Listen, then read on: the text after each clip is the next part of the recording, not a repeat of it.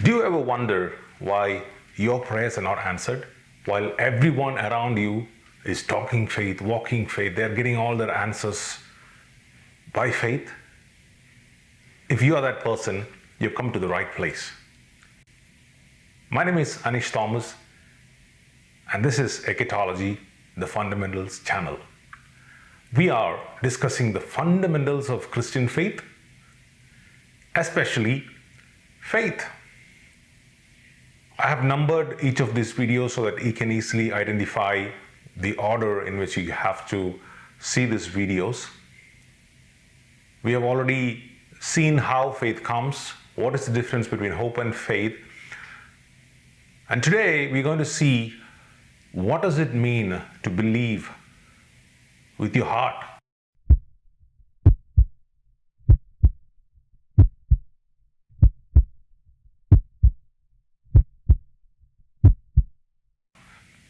Because when the Bible tells you that you have to believe, it says that you have to believe with your heart. Right there in Romans chapter 10 verse 9, it says that if thou shalt confess the Lord Jesus Christ with your mouth and believe in your heart that God has raised him from the dead, thou shalt be saved. For with the heart man believes unto righteousness, and with the mouth confession is made unto salvation. You see, you need to believe with your heart.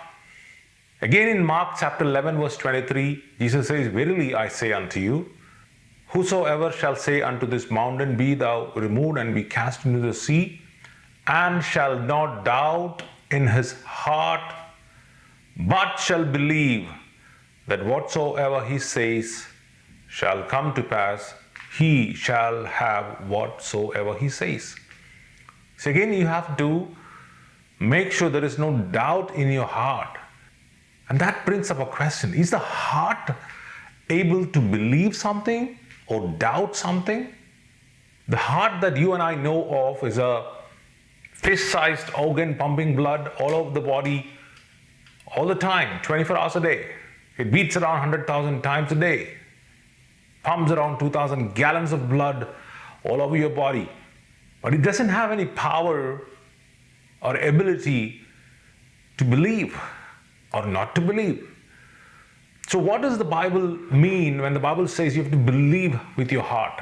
To find the answer, you need to know who you are.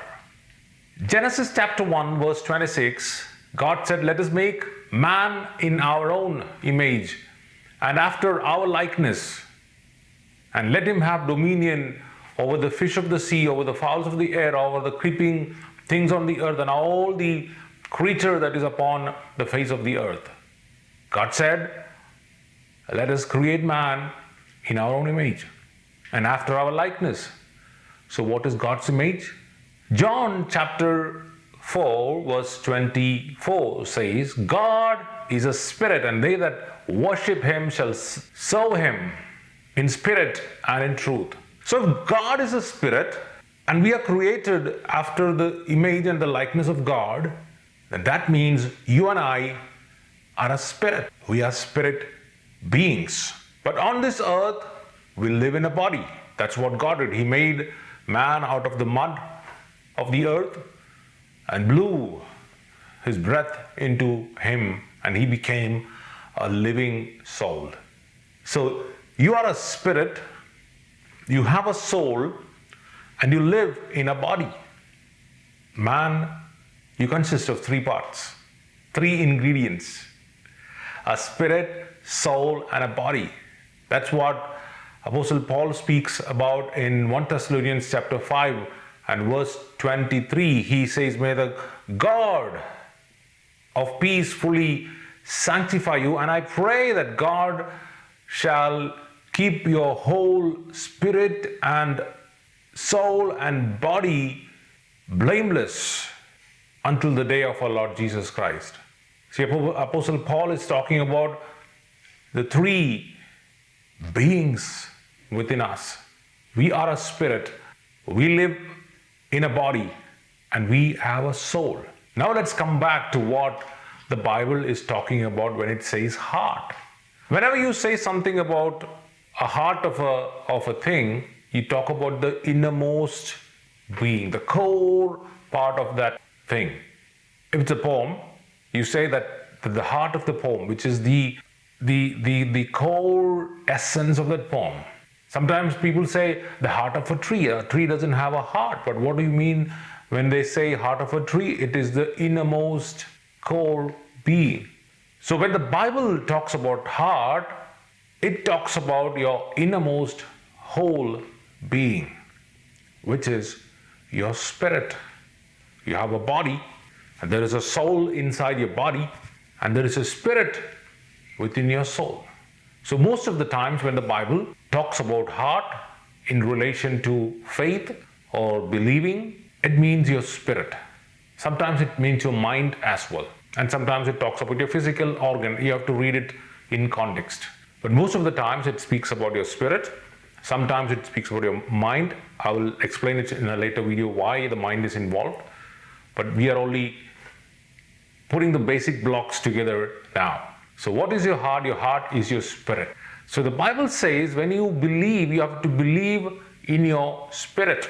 At first, it may be not easy for you to believe with your mind, because when you were born again, when you became a new creation, when you accepted Jesus as your Savior, it was your spirit that was born again. Your body is still the same. Body is not born again. Your soul is not born again.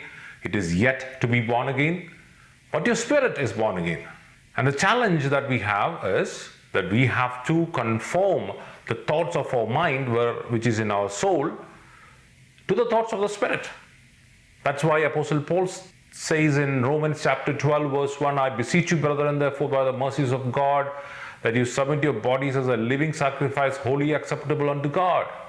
And be not conformed to this world, but be ye transformed by the renewing of your mind, that ye may know what is the good, perfect, and acceptable will of God is. He talks about the body. You have to submit your bodies. You need to renew your mind. According to what? According to the spirit, the new spirit that is created within you. So when the Bible talks about believing in your heart, it is talking about your spirit, the innermost, the core being of who you are. And we shall see why it is so and how it is so. As we discussed in the beginning, whenever you study a subject, it is important for us to learn to answer all the questions pertaining to it. Let me give you one more reference from the Bible where it says that when the Bible talks about your heart, it means your spirit.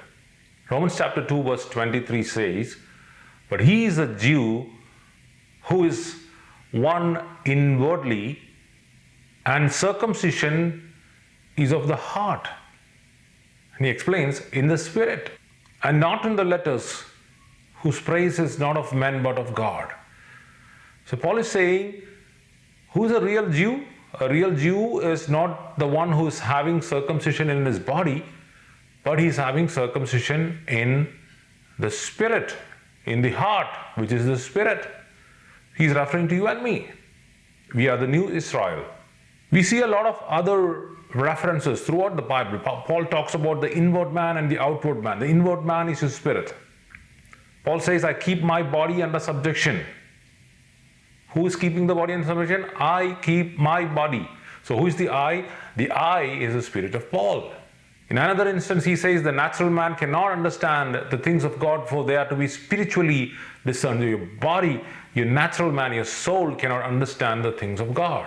And in order for you to believe, you need to understand the Word of God. And the only part of you which can understand the Word of God is your spirit. Your soul should be able to do that over a period of time, because your soul needs to learn to walk after the spirit. And once your soul learns to walk after the spirit, your body follows. And when all three are following God, then you're being conformed to the image of Christ. So in order for us to believe, to have faith, we should believe the Word of God from our heart, which is the spirit that God has given us, which is recreated in us, which is the Holy Ghost, which is the Holy Spirit. 1/3 of you is Holy Spirit. And that's where you and I can believe. And how can you and I believe? By having the Word of God. Matthew chapter 4 verse 4, Jesus says, "Man shall not live by bread alone, but by every word that comes out of the mouth of God." Jesus is giving a similitude. Just as your physical body needs bread to thrive, to live, your spirit needs the Word of God to live, to grow. In John chapter 6 verse 63, again Jesus says, "It is the Spirit that quickens, the flesh profits nothing. The words that I speak to you, they are spirit and they are life." Praise the Lord. So what is your spirit fodder? The spirit food? The spirit food is the Word of God. The more you get it, the more stronger you go spiritually. The more stronger you can believe God. So let us strive to be faith warriors. You can also be like Joshua, who stopped the sun from setting. You can be like David, who slayed the giant Goliath. You can yourself be one of those faith masters, warriors that you come across in the Word, that you see around in the world. Stay tuned. If you like this video, please consider subscribing, because you will get the notification right when we release the next video, and that will help you in your faith walk, becoming a faith warrior. You might be wondering why I have to follow all these things. I'll be explaining that in another video. Please stay tuned, please subscribe. And as I said, I have numbered each of these videos to help you to follow a sequence, and I encourage you to do that. May God bless you. Have a wonderful day. God bless you.